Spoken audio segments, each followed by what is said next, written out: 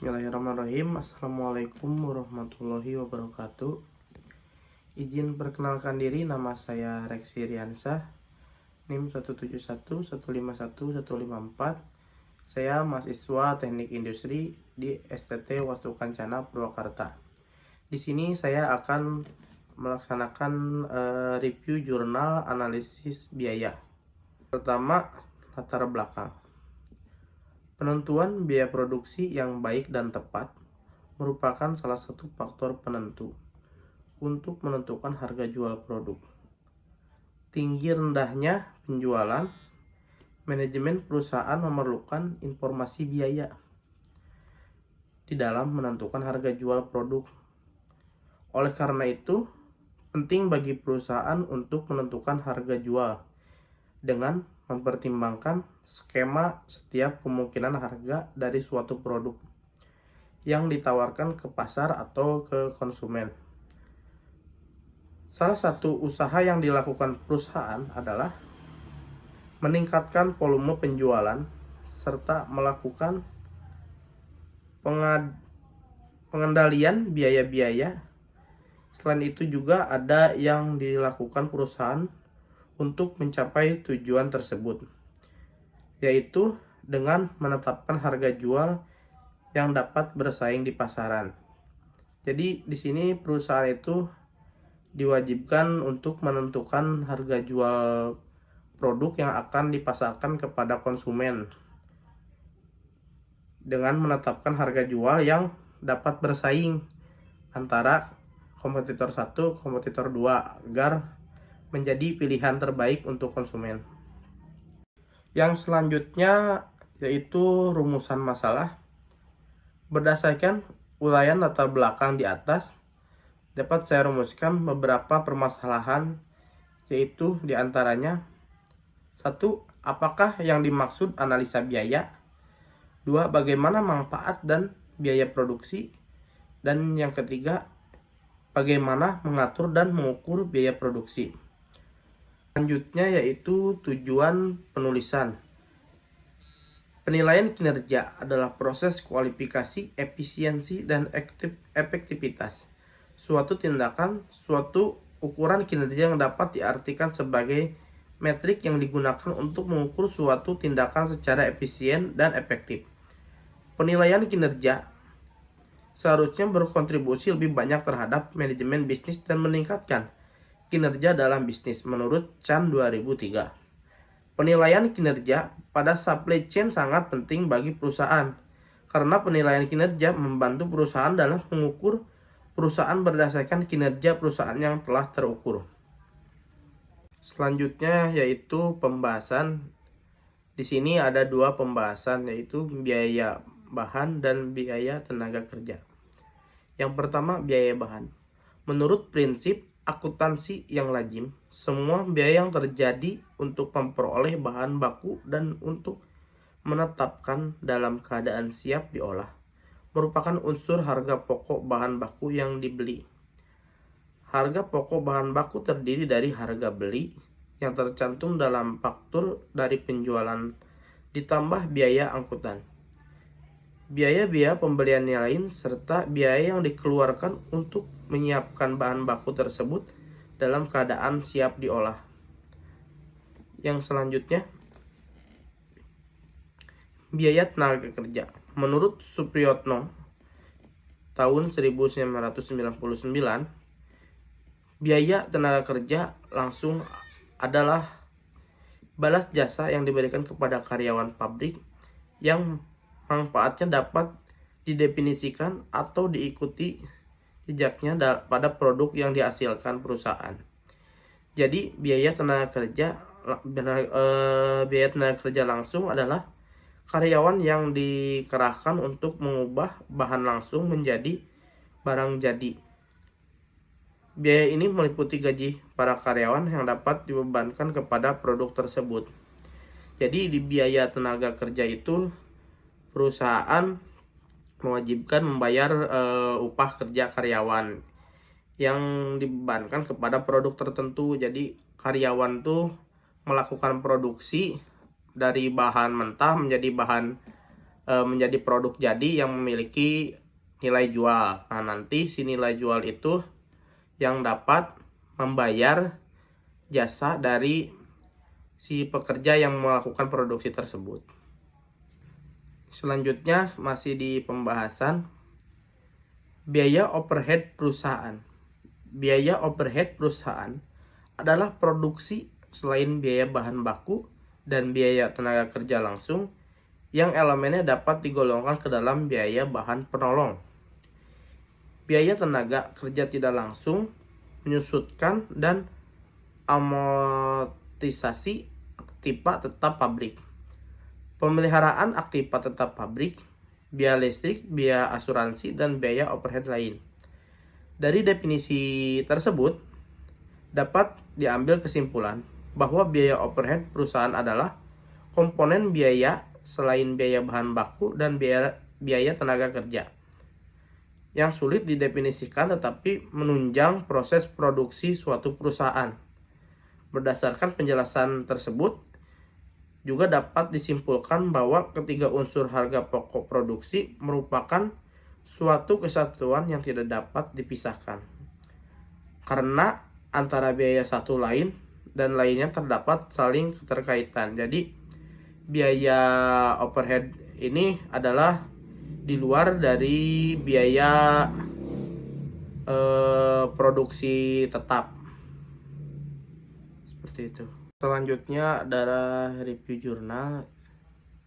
Jurnal yang saya ambil ini adalah analisa biaya produksi guna menentukan harga jual di PT Selera Roco Abadi Semarang. Di sini pembuat jurnalnya itu Kristanto Suwiyadi. Dalam review jurnal ini, jurnal yang saya ambil itu berjudul Analisa Biaya Produksi Guna Menentukan Harga Jual PT Selera Roco Abadi Semarang. Penulis Fahru Roji dan Kristianto Suwiyadi. Nama jurnal Worksheet Jurnal Akuntansi Pol 1 nomor 2 tahun 2022. Abstrak studi ini menyelidiki bagaimana PT Selera Roco Abadi menentukan harga jual berdasarkan biaya produksi.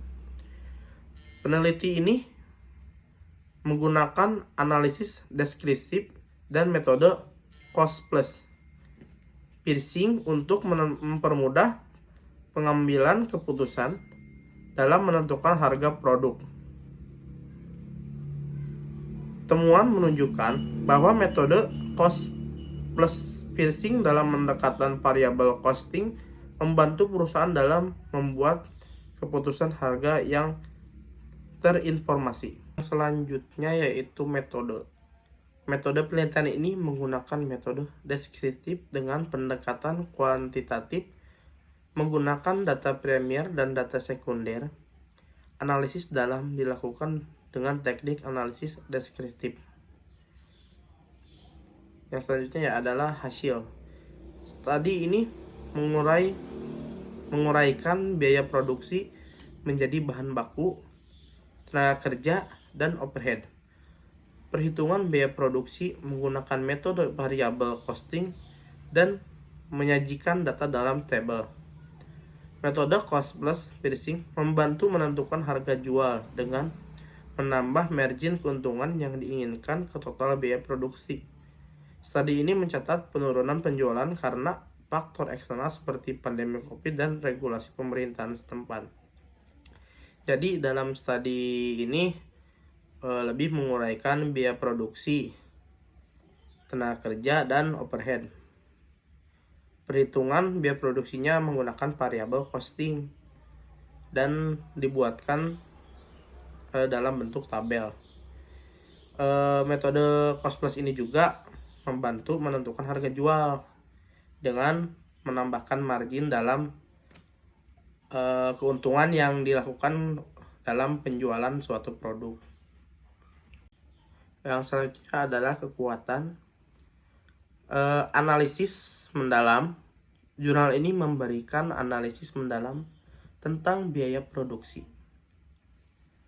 dan metode penetapan harga jual yang sangat membantu dalam memahami bagaimana perusahaan menentukan harga jual suatu produk. Selanjutnya, metode penelitian yang jelas menggunakan metode cost plus fishing dan variable costing. Jurnal ini menawarkan metode yang jelas dan dapat diterapkan dalam penentuan harga jual produk. Poin selanjutnya, relevansi praktis. Tadi kasus pada PT Selera Rojo Abadi memberikan relevansi praktis yang menjadi panduan bagi perusahaan lain dalam industri yang sama. Dalam empiris, menggunakan data nyata dari PT Selera Rojo Abadi, jurnal ini memberikan bukti empiris yang kuat untuk mendukung kesimpulannya. Jadi jurnal ini dari yang saya ambil memberikan analisis mendalam tentang biaya produksi dan metode penetapan harga jual. Jadi jurnal ini berfokus kepada penetapan harga jual yang tepat agar dapat menjadi suatu keuntungan penjualan yang dapat menutupi suatu proses produksi. Kelemahan jurnal ini yaitu cakupan terbatas. Hanya berfokus jurnal hanya pada suatu perusahaan, yaitu PT Selera Rojo Abadi, sehingga hasilnya mungkin tidak sepenuhnya berlaku untuk perusahaan lain dengan kondisi yang berbeda, karena jurnal yang diambil hanya berfokus di ruang lingkup produksi dan penjualan di PT Selera Abadi. Yang selanjutnya, keterbatasan waktu. Penelitian ini dilakukan dalam periode yang sangat terbatas, yakni beberapa bulan saja, yang mungkin tidak mencerminkan variasi musiman atau perubahan jangka panjang lainnya.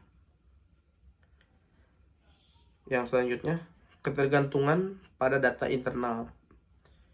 Penelitian ini sangat tergantung pada data internal perusahaan yang mungkin tidak terlalu tersedia atau dapat diakses oleh pihak luar. Jadi penelitian ini sangat terbatas karena data yang diambil itu hanya data dari internal perusahaan yang datanya pun tidak 100% atau sepenuhnya bisa diambil oleh pihak luar. Poin selanjutnya yaitu kurangnya perspektif eksternal. Jurnal ini kurang mempertimbangkan faktor-faktor eksternal seperti perubahan ekonomi makro, regulasi pemerintah yang mungkin mempengaruhi biaya produksi dan penetapan harga jual.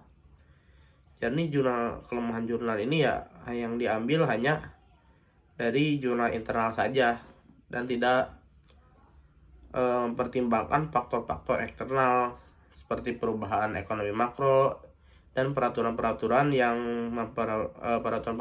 pemerintah yang mempengaruhi biaya produksi dan penetapan harga jual.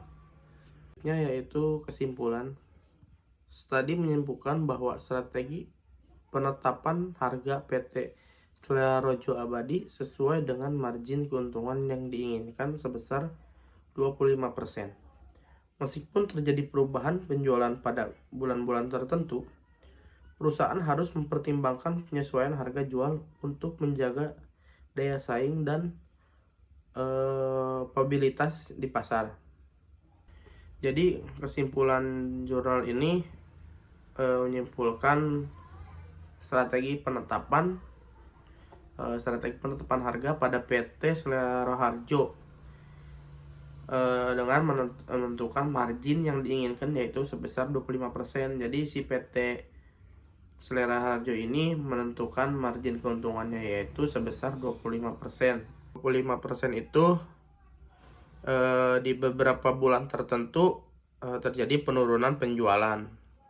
Oleh karena itu, perusahaan harus mempertimbangkan penyesuaian harga jual untuk menjaga daya saing dan probabilitas di pasar. Sekian review jurnal terkait analisa dan estimasi biaya yang dilakukan penelitian di PT Selera Raharjo Abadi Semarang. Sebelumnya mohon maaf masih banyak kekurangan dalam jurnal yang saya ambil dan dalam presentasi yang saya sampaikan. Sebelumnya mohon maaf karena masih banyak kekurangan, dan saya ucapkan terima kasih kepada Ibu Pariana yang telah memberikan tugas review jurnal ini. Sekian, wassalamualaikum warahmatullahi wabarakatuh.